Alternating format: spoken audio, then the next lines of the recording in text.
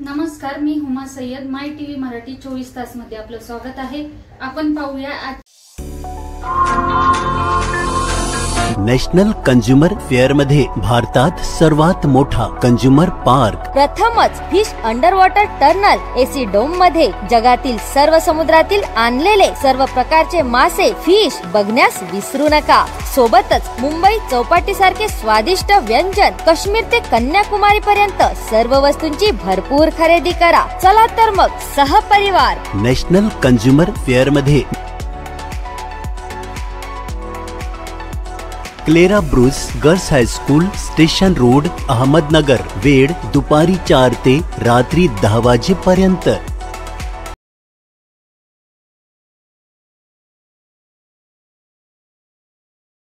आज या ठिकाणी आम्ही जिल्ह्याचे पोलीस अधीक्षक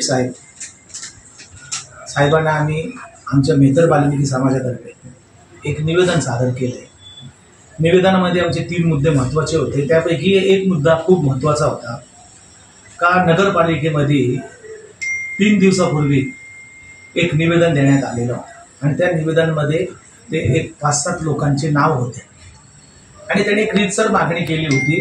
2 मुद्दे त्यांनी एक अतिक्रमणाच्या संदर्भातला मुद्दा घेतला होता, पण त्याच्यातला महत्त्वाचा मुद्दा त्यांनी घेतला का वीर गोगादेव मंदिर यांच्यातला पावित्र्य हे भंग झालेला आहे. हा जो मुद्दा त्यांनी घेतलेला होता तर त्याच्यामुळं आमची संपूर्ण समाजाची भावना हे दुखवल्या गेल्या व त्याचा एवढा मोठा स्पीड झाला ते महाराष्ट्रभर पसरले आणि त्याच्यामध्ये नगर जिल्ह्यामध्ये त्याच्यामध्ये फार मोठ्या प्रमाणात त्याचा इफेक्ट झाला. परंतु नगर भिंगारमध्ये सगळी लोक समाजाचे एकत्रित आले, सगळे पंचायतचे लोक एकत्रित आले, संघटनेचे लोक, समाजामधले जे संघटना आहे ते सगळे लोक एकत्रित आले. त्यांनी सांगितलं, मग आम्ही ओला साहेबांना विनंती केली का साहेब या अर्जाचा तुम्ही फक्त 6 निशाणी करा. हे जे कोणी जे अर्ज त्यांचे जे नाव आहे, साठे आहे, ते पगारे आहे, त्याच्यानंतर ते कोण कांबळे एक आहे, ह्यांच्या संदर्भातला यांचा बोलवता धनी कोण आहे आणि ह्या लोकांना कोणी करायला लावलं का, त्याचं कारण एक स्पष्ट झालं असं दिसलं आम्हाला का ही लोक आमच्या आसपासचे कुठलेच नाही, सिद्धार्थनगरचे नाही, त्याच्यानंतर तुमचे रामवाडीतले नाही, बारसकर कॉलनीतले नाही, मग ही लोक कुठली नाही, मग कोणाची लोक आहे. मग याच्यानंतर ते हळूहळू तो संशय असा होऊ लागला का याला राजकीय रंग कोणी देतो का, आणि राजकीय रंगाच्या दृष्टिकोनातून आमच्या काही गोष्टी लक्षात आलेल्या आहेत. हे आम्हाला पण कळतंय, त्या लोकांच्या माध्यमातून आम्हाला कळालेलं आहे. म्हणून आम्ही एक विषय घेऊन त्यांच्याकडे गेलो का यांची 153 खाली त्यांची चौकशी करा, 34 खाली यांची चौकशी करा आणि मेन म्हणजे यांचा उद्देश काय आहे. एकदा उद्देश कळालं तर आम्हाला पण कळेल का त्यांचा उद्देश. परंतु यांचे हे बोलवता धनी नक्की जे आमच्या पूर्ण समाज बांधवाला माहीत पडलं का आजपर्यंत का हे कुणीतरी हे करायला लावतो, कारण की आता इलेक्शन जवळ आलेले आहे आणि काही लोकांच्या मनामध्ये कुठल्या पद्धतीने काय त्यांचे आहे, कोणाचे काय चाललं. आम्हाला तर राजकारण करायचं नाही, कारण का मेहतर बाल्मिकी समाज हा देशाची सेवा करणारा समाज आहे. आम्ही सकाळी एका माणसाची इष्टा एक समाजाचा माणूस उचलतो, हा सर्वात मोठा धर्म आहे आणि त्याची सेवा आहे आणि हे सेवेचं काम करणारा हा समाज आहे. याच्या खाली आतून करून याच्या खाली कामच नाहीये. मग हा समाज एवढी सेवा करणारा आहे आणि त्यांच्यावर जर असे अन्याय अत्याचार होणार असेल तर आम्ही चौकशीची मागणी त्या दृष्टिकोनातून त्या अँगलातून केली, राजकारणातून नाही. परंतु याला राजकीय रंग आहे हे आम्हाला डाऊट आलं, म्हणून साहेबांना सांगितलं ह्या लोकांना ताब्यात घेऊन यांच्या पाठीमागं कोण आहे, ही भूमिका कोणाची आहे. राहिला दुसरा प्रश्न तर साहेब त्याला महानगरपालिका एजन्सी बसलेली आहे आणि सामोरं जायला समाज तयार आहे. त्याला जे काही परिस्थिती निर्माण होईल ते 2 पार्ट वेगवेगळे. आणि दुसरी महत्वाची मी सुद्धा मला कळतं ना कायदा, कोणी कोणाच्या विरोधात अर्ज करायचं नाही करायचं हा प्रत्येकाला अधिकार दिलेला आहे, त्यांनी जरूर करावा. पण 2 समाजामध्ये तीड निर्माण होईल अशा पद्धतीची भावना तर तुम्ही या शहरामध्ये करता तर साहेब हा पॅटर्न सगळ्यांना सगळ्याकडे होईल. मग कोणी बी कोणाच्या समाजाचे निवेदन देतील, त्याचे भंग करतील. त्याच्या संदर्भात काही मंदिरांच्याकडे ट्रस्टकडे दुकान आहे, काही ऑफिसेस आहे, मग सगळ्यांची चौकशी करत तुम्ही बसता तर मग वातावरण कुठं जाईल. तर ह्या साहेबांनी जातीने लक्ष घालावं, कारण की हा प्रश्न छोटा नाहीये. व्यक्तीपुरता नाही, समाजापुरता नाही किंवा कोणाच्या विरोधातला प्रश्न नाहीये. मग असं जर तुम्ही पाहिलं गेलं तर या नगर शहरामध्ये वेगवेगळ्या माध्यमातून अनेक ठिकाणी मग अशा प्रकार घडलेले.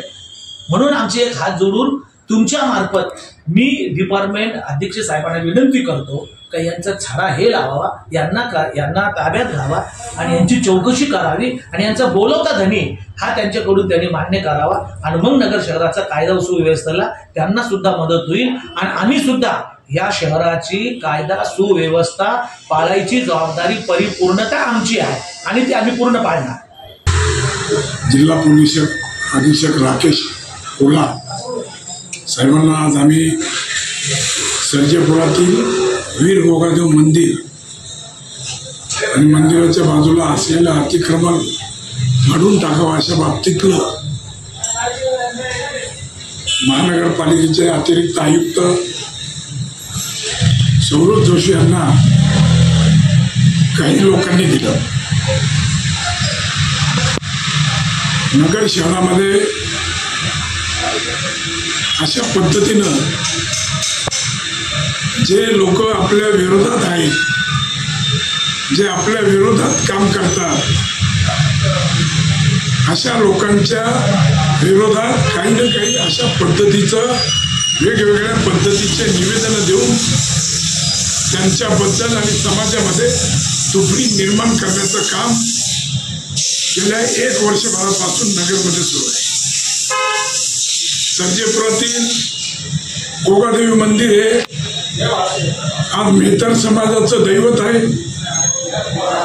हे छोटं मंदिर होतं. दीप चव्हाण व त्यांच्या समाजातल्या सर्व लोकांनी मिळून त्या मंदिराचं जीर्णोद्धार केला आणि भव्य असं त्याचं स्वरूप निर्माण केलं की आज त्या मंदिराकडे पाहिलं तर नगर शहराच्या आध्यात्मिक वैभवात मोठ्या प्रमाणात भर पडली.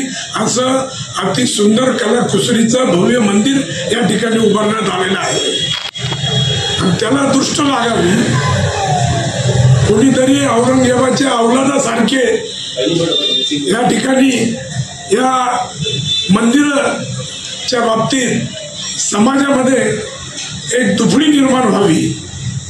दीप चव्हाण हे नगर शहरामध्ये सामाजिक, राजकीय, धार्मिक असं एक चांगलं नेतृत्व आहे आणि त्यांच्या माध्यमातून हे सगळं या ठिकाणी उभं राहिलं. म्हणून आपल्या शहराचे लोकप्रतिनिधी हे जाणून बुजून यांच्या मागे काहीतरी खुचपट लागावं. कारण की दीप चव्हाणनी हिंद सेवा मंडळाची ती जागा बळकवण्याचा प्रयत्न केला होता.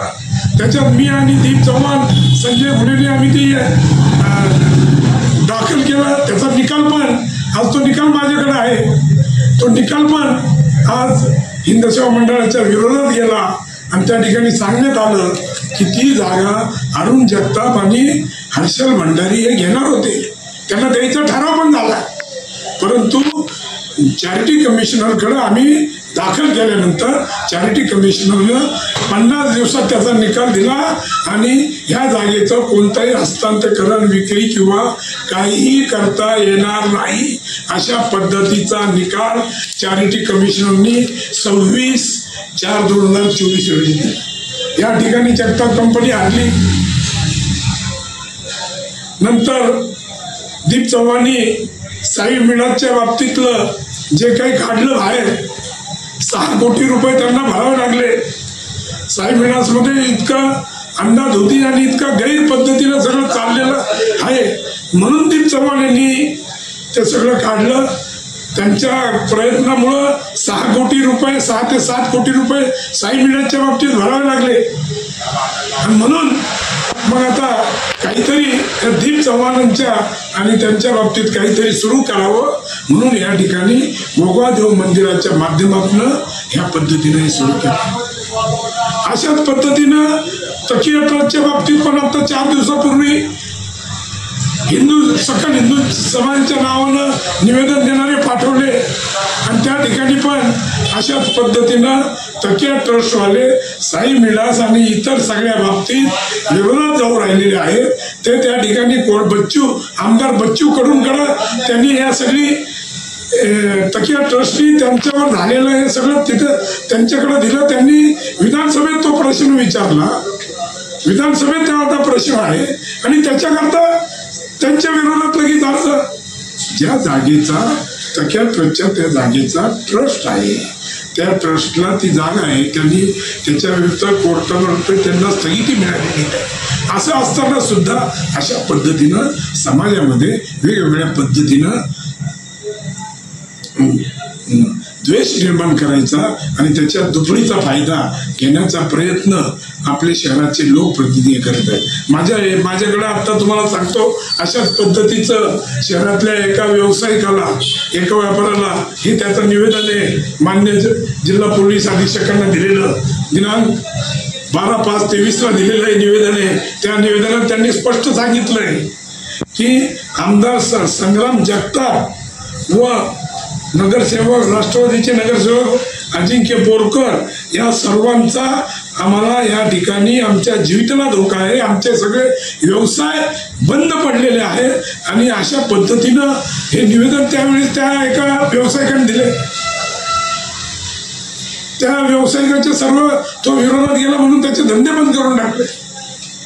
अशा पद्धतीनं हे नगर शहरात चाललंय आणि ह्या पद्धतीनं जर तुम्ही लोकांना त्रास देत असाल तर कदापि हे थांबवलं गेलं पाहिजे.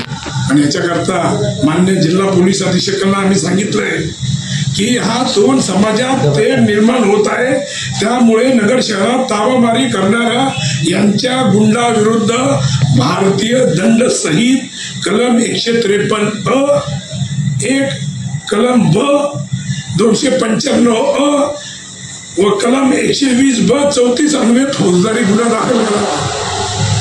कुठतरी थांबलं पाहिजे. आज याच्यावर होत आहे, उद्या त्याच्यावर होईल. तुमच्या विरोधात बोललं, तुमच्या विरोधात गेलं, तुमच्या विरोधात एखाद्या गैरकारभार काढला, तुमच्या विरोधात चुकीचं काम तुम्ही करताय, तुमचे काही कार्यकर्ते अवैध, तर त्या कार्यकर्त्याच्या विरुद्ध त्याच्या आमच्या YouTube चॅनलला आजच सबस्क्राईब करा, बेल आयकॉनला दाबा.